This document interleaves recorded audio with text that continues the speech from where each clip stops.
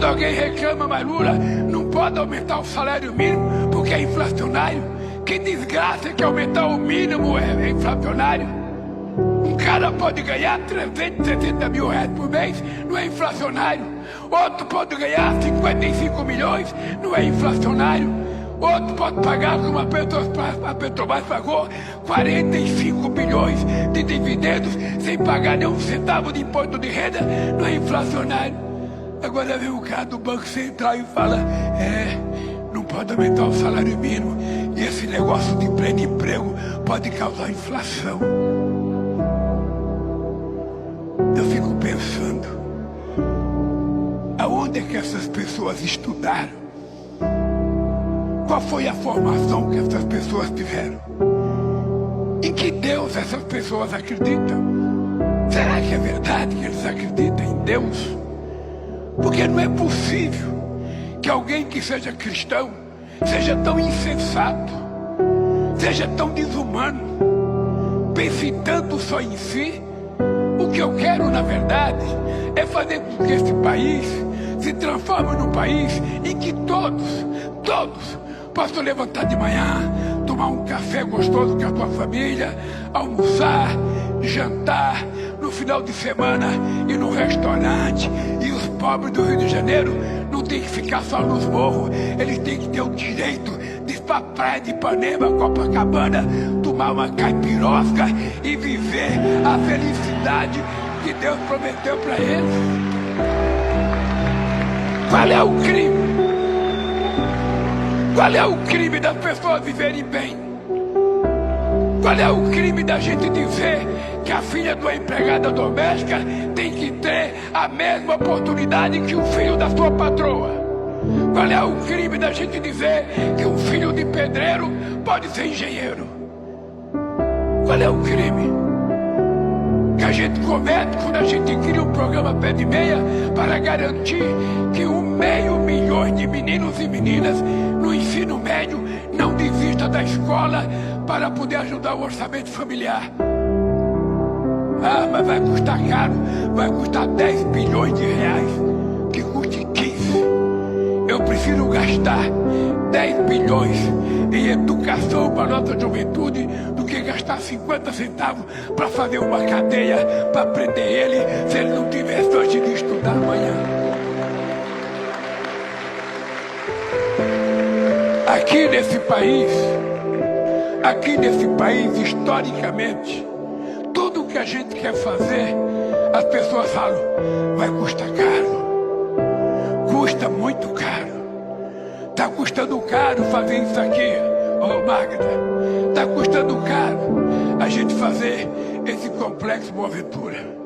Tá custando caro. Mas vamos fazer a pergunta ao contrário. Quanto custou paralisar ele desde 2018? Quanto custou? Quanto custou a esse país a gente não ter feito reforma agrária na década de 50? Quanto custou a esse país a gente não ter alfabetizado todo o povo brasileiro na década de 60? Quanto custou a esse país permitir o êxodo rural para ocupar as grandes cidades brasileiras de forma desordenada, como aconteceu? As pessoas não perguntam isso, porque as pessoas que fazem essas perguntas não sabem o que é ser pobre, não sabem o que é ser trabalhador, não sabem o que é ficar desempregado, não sabem o que é passar fome, não sabem o que é não ter uma profissão. Eu sou uma pessoa de muita sorte. Se eu contar para vocês a quantidade de sorte que eu tive na vida, vocês não vão acreditar. A primeira coisa que eu tive sorte foi nascer de uma mãe que teve 12 filhos, sem médico, só com parteira. A segunda sorte que eu tive, Magda, foi não morrer de fome até completar 5 anos de idade, porque aonde eu nasci, as crianças morrem logo.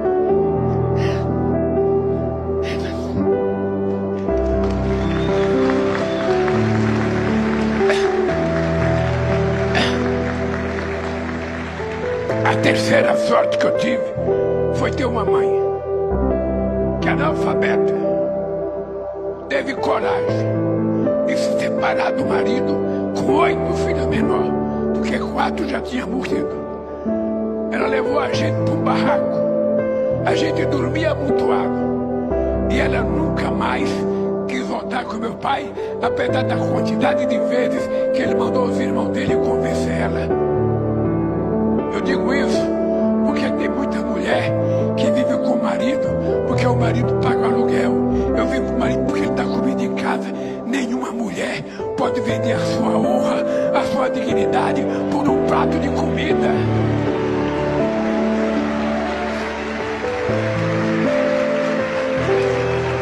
É por isso que eu tenho obsessão pela educação. Porque a educação dá a independência que nós precisamos. Uma mulher bem formada, uma mulher com profissão, ela só vai viver com um homem se ela gostar dele, ou viver, sabe, com a mulher, viver com gente. Porque hoje a gente tem que ser mais moderno, viver com gente. Mas uma mulher só pode superar um parceiro se ele trata ela bem, se ele respeitar ela, se ele quiser gritar, ficar sentado no sofá, me dá uma cerveja, traz a minha cueca, me traz uma toalha. É melhor ela mandar ele procurar outra e cuidar da vida, que ela vai viver muito melhor e com muito mais dignidade. Eu tive sorte quando eu aprendi uma profissão de torneiro mecânico e arrumei emprego para ganhar mais do que o salário mínimo. Eu tive sorte de ser o primeiro filho da minha mãe a ter uma televisão.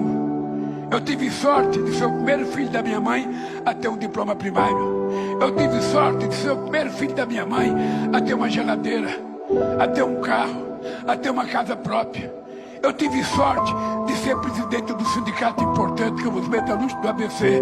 E por conta disso, eu tive sorte de trabalhar com uma classe trabalhadora consciente, que me ajudou a compreender que eu precisava criar um partido político, porque as leis que a gente quer que seja aprovada não serão pelos nossos adversários dentro do Congresso Nacional. E eu tive sorte quando vocês tiveram a coragem e a consciência de colocar um cidadão só com diploma primário para ser presidente da República desse país. E eu precisava mostrar à elite brasileira que o metalúrgico, peão de fábrica, que já passou fome, que já teve sua casa com 1,5 metros de água, que já saiu correndo para tirar rato, barata de dentro da sua casa. Eu quero provar para eles que eu tenho mais competência de governar do que eles que nasceram numa vida de nababo, na dentro de berço de ouro e estudaram quanto eles quiserem.